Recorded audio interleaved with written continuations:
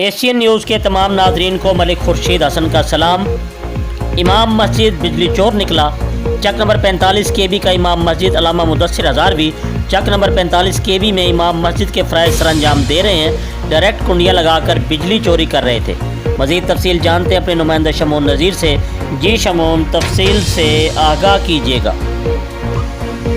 जी बिल्कुल, चक number 45 KB का इमाम मस्जिद बिजली चोर निकला। जी बिल्कुल, अल्लामा मुदस्सिर हज़ारवी जिसका ताल्लुक अराई बरादरी से है, ये चक नंबर 45 KB में इमाम मस्जिद के फरीज़ा सरअंजाम दे रहे हैं। रात को डायरेक्ट कुंडियाँ लगाकर बिजली चोरी करता है, जिसको वापडा मुलाजमीन ने 2 बार पहले भी वार्निंग दी और उनका मीटर भी पकड़ा।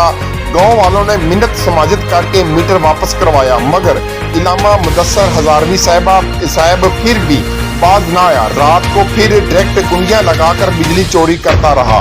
वापडा मुलाजमीन ने रंगे हाथों गिरफ्तार कर लिया, मीटर उतार कर ले गए। थाने फतह शाह में मुकदमा दर्ज कर लिया गया। कानून के तहत कार्रवाई का आगाज जारी है।